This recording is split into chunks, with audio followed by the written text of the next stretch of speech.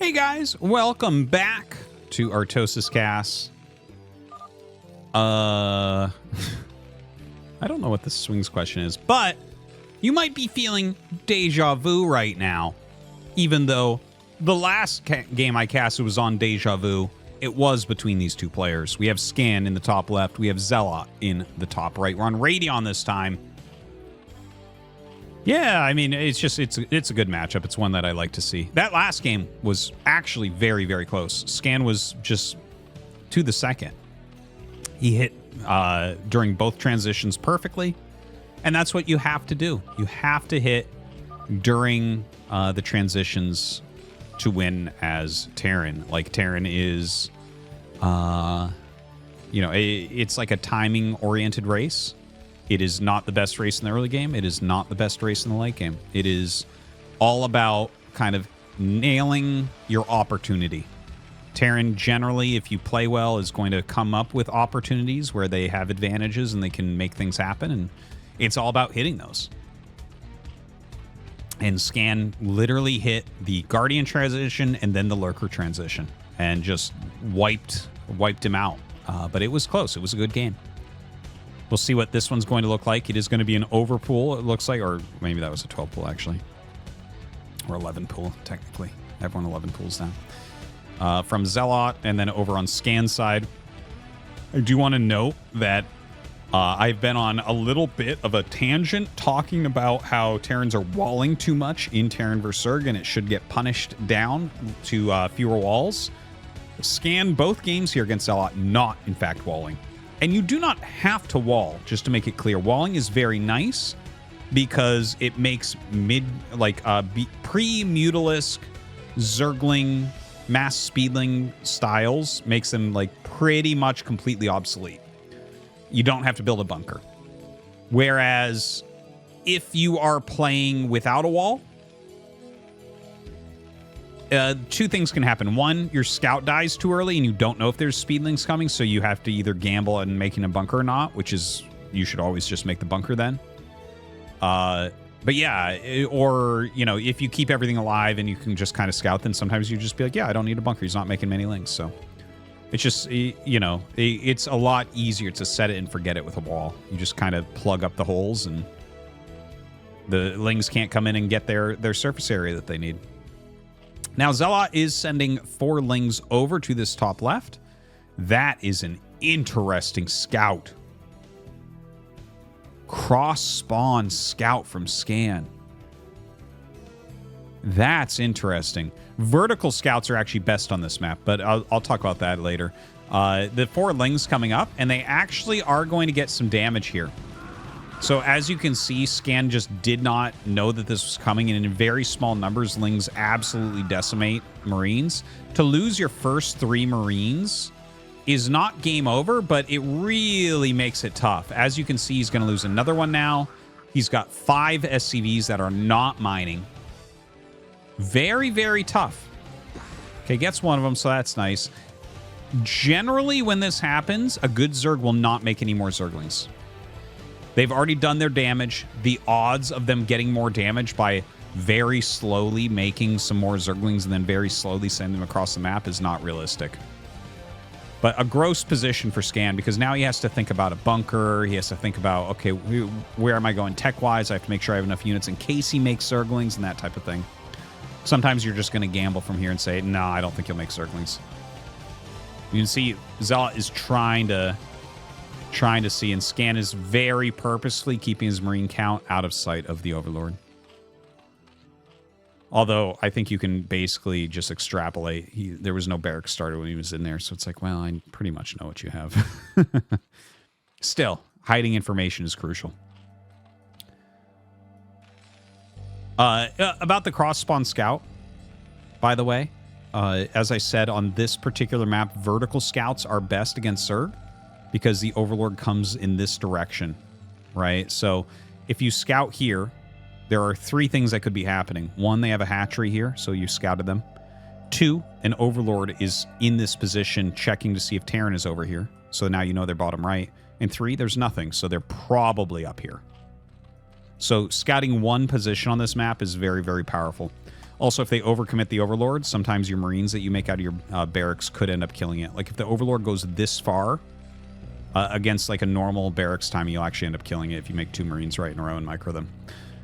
So just some things to note. So his cross-spawn scout, it could have thrown off Zergling rushes and things as well, because when it comes in from here, if the Overlord is over here and it came from this direction, you might suddenly think he's up here. So yeah, just a lot of I guess red herrings thrown out here. Now missile turrets on the way. Just 2 barracks for Scan. We're gonna see, because notice how he's making a few SCVs right now. He's making out of his couple of barracks. I wonder if we're gonna see him add an additional barracks here. This is something Sharp likes to do. But we'll wait and see if he does that and then describe that a bit more. Range is already on the way, so a very nice Academy rush to have range almost done here at 6 minutes. More missile turrets being added in. This is really annoying. Wait. Am I crazy? Yeah, I was going to say, am I crazy? I don't think he has stim, because you would have stimmed there always. And that was really fast on the range. I was like, damn, that's a good build. He actually went range first, which is not common, but there are aspects of it that are very safe. Like range is more important against lurkers, and if you're going to have a very small amount of Marines, the range is actually going to be a little bit more helpful in parrying the mutas at the beginning. Because if you stim the amount of health that your Marines are going to have and the amount of Marines you have, the mutas sometimes can just dive on them if it's 4 or 5 Marines and just kill them immediately. Okay, so Zelot is absolutely demolishing here. He is killing so much, and that is actually, it looks like he missed micros there for a moment, but he's killing, he just killed like 6 turrets or 5 turrets, and then 1 was building that he kind of denied. So he's already done a lot of damage. To note, he doesn't have many drones. He does not have 1 per patch here. He's a little bit all in right now. This is a super, super, super aggressive muta play. Sometimes you get enough damage you can transition, but right now he's got to keep that pressure on. And there's no mining at the natural for Scan, so it's looking pretty bad. And I'm going to be honest, I think that, well, Zelot's particular build, we can go back and look at it later. But don't forget that he did go for like an 11 pool. That just gets you quicker Mutalists. So he was already going for something aggressive, plus his Lings did a good job. And you can see Scan's having a very hard time recovering from that.